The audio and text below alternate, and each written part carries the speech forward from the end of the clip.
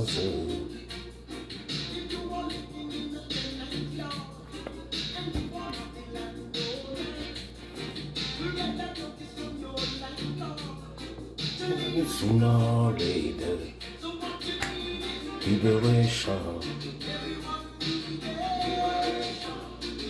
Bonjour. Je sais qu'avec la musique reggae, tout le monde est content. Au moins. Relax. Time. Voilà, je voulais parler de...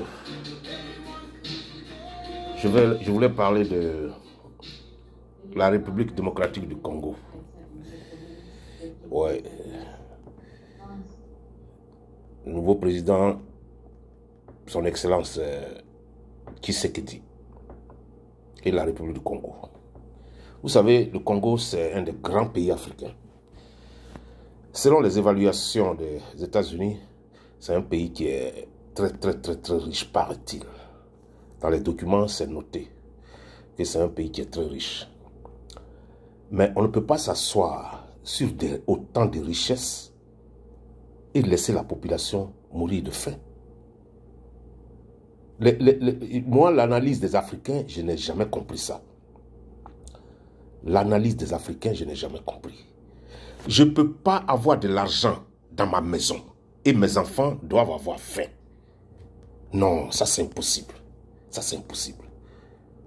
Ça c'est impossible. L'analyse des Africains, je n'ai jamais compris. Ou bien c'est parce que je dirais en Amérique que j'ai une autre mentalité maintenant. Mais je ne comprends pas. Je ne comprends pas. Parce que un pays qui est autant riche, selon les recherches, et c'est prouvé, les Congolais souffrent encore. Les Congolais souffrent encore. Ils souffrent beaucoup même. Parce que j'ai récemment regardé un document qui a été fait par un gars du State Department.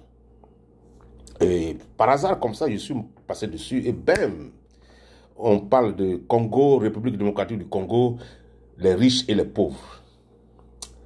Et ils présentent le document, mais c'est des viols partout. C'est la désolation.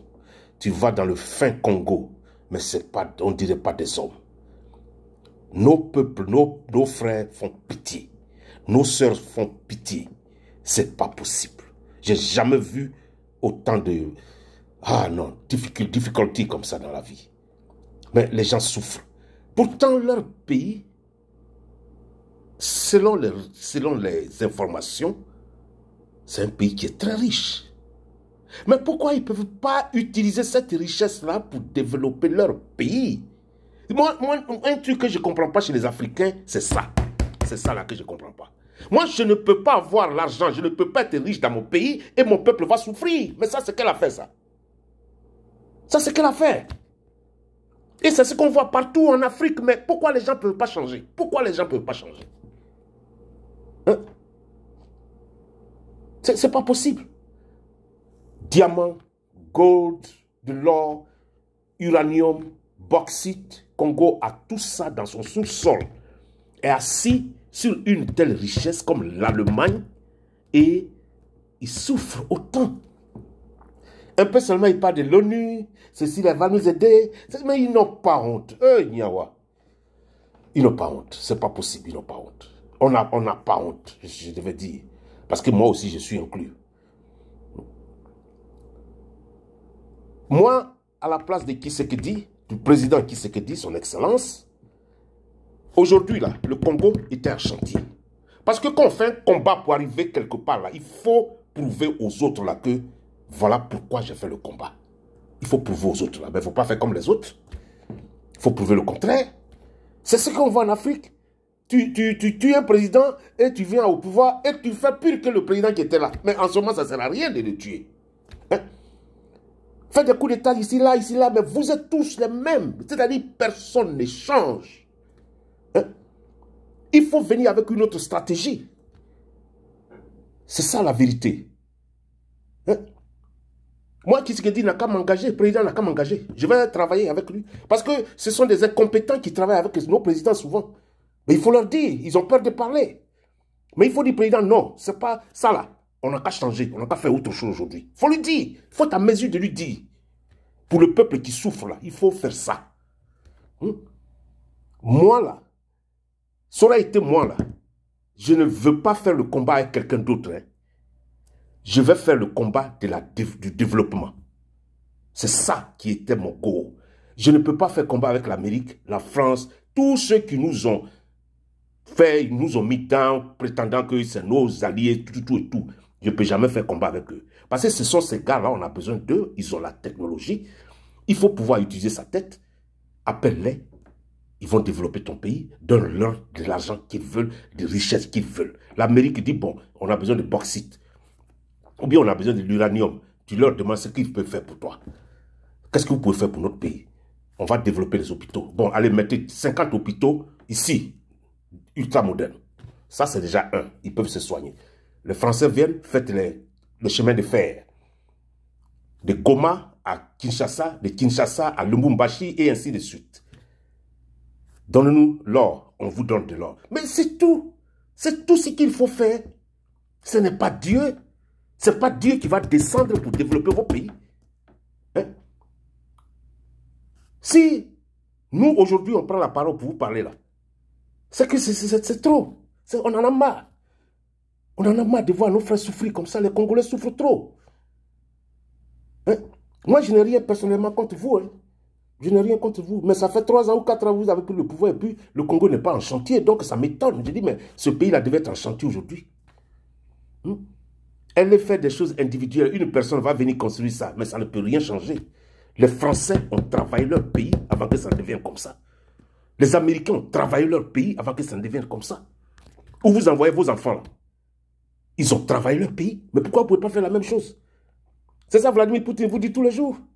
Vous les Africains, vous voulez que les gens fassent des choses pour vous, pour que vous vous en réjouissez. Mais non, non, il faut que ça change. Cette mentalité n'a qu'à changer. Hein? Vous avez autant d'argent. Vous avez autant de richesses dans vos pays. Mais mettez-la sur les tables, parlez avec les dirigeants, les autres grands pays qui ont de la technologie et ils vont vous aider à développer. Quand vous allez appeler l'Amérique, l'Amérique ne pourra jamais refuser. L'Amérique aide la Corée du Sud. L'Amérique a aidé la Corée du Sud. L'Amérique a aidé le Japon pour rebuter après Nagasaki et Okinawa, tout ça. L'Amérique peut vous aider à refaire votre pays et construire votre pays. Mais n'hésitez pas, n'ayez pas peur, parlez-les. Venez les croiser, parlez-les. Ils ont la technologie pour vous aider, pour développer ce pays-là au bout de 5 ans. Ils ont tout ça, mais il faut leur parler.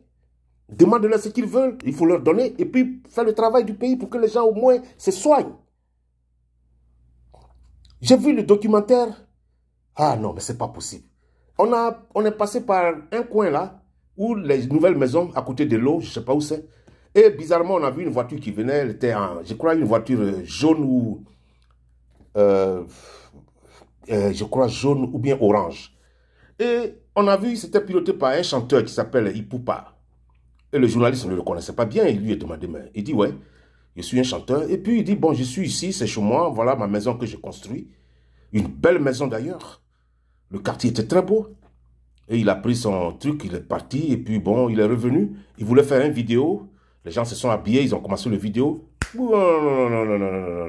Courant est coupé. Courant est coupé. Il a mis la main sur la tête comme ça, il secouait sa tête. Il pleure. Mais si toi tu pleures, tu es le chanteur qui est aujourd'hui au point. Si toi tu pleures là, qui va vous aider? C'est ça le problème. Moi j'ai regardé ça. Il balance sa tête. Non. Il faut aller voir le gouvernement, il faut dire non, président. Pardon, on va faire ça, on va parler. Et il faut nous recevoir, nous les chanteurs, nous tous les chanteurs, on va parler. On a un plan. On a un plan, on voulait vous suggérer ça. Il faut parler à vos dirigeants. Vous êtes des superstars. On vous écoute que nous. Nous, on n'est rien. Mais on vous écoute. Mais tu ne peux pas rester là et puis balancer la tête et puis pleurer. Non, l'Américain ne pleure pas. L'Américain, il va affronter la difficulté pour arriver où il veut arriver. Hein? Écoutez, c'est le moment de se réveiller en Afrique. Nos frères souffrent trop. Nos frères souffrent trop. Congolais souffrent trop. Dans les coins, là, Goma, on est parti à Lubumbashi. Après ça, on est parti à Badolit. Mais c'est la désolation partout. Il n'y a pas de route. C'est pas possible. Les femmes, les enfants souffrent. Un pays qui devait être comme l'Allemagne, développé comme l'Allemagne. Alors, je lance un appel aux dirigeants congolais. Pardon, il faut t'occuper de ton peuple. Pardon. Je te demande pardon et je vous demande tous pardon de travailler ensemble. Moi, je suis un Ivoirien, mais je suis un Africain. Et je vous demande, si vous voulez que je vous joigne, je vais venir. Mais il faut qu'on travaille ensemble pour développer nos pays. Les Blancs, là, ils ne s'amusent pas. Ils n'aiment pas. Beaucoup de Blancs n'aiment pas les Noirs. Ça, là, tout le monde le sait. Alors, il faut qu'à un moment donné, on retourne chez nous. À un moment donné, on vive chez nous. Alors, il faut changer de position. Essayez de développer vos pays. Je vous remercie. C'était un petit truc du Congo parce que ce sont mes amis. Je les aime beaucoup, j'écoute leur musique et vraiment, je demande pardon au président d'essayer de voir ce qu'il peut faire pour les Congolais. Allez, merci. On est ensemble, bye bye. Mon nom c'est Ben Djidji et je vous remercie.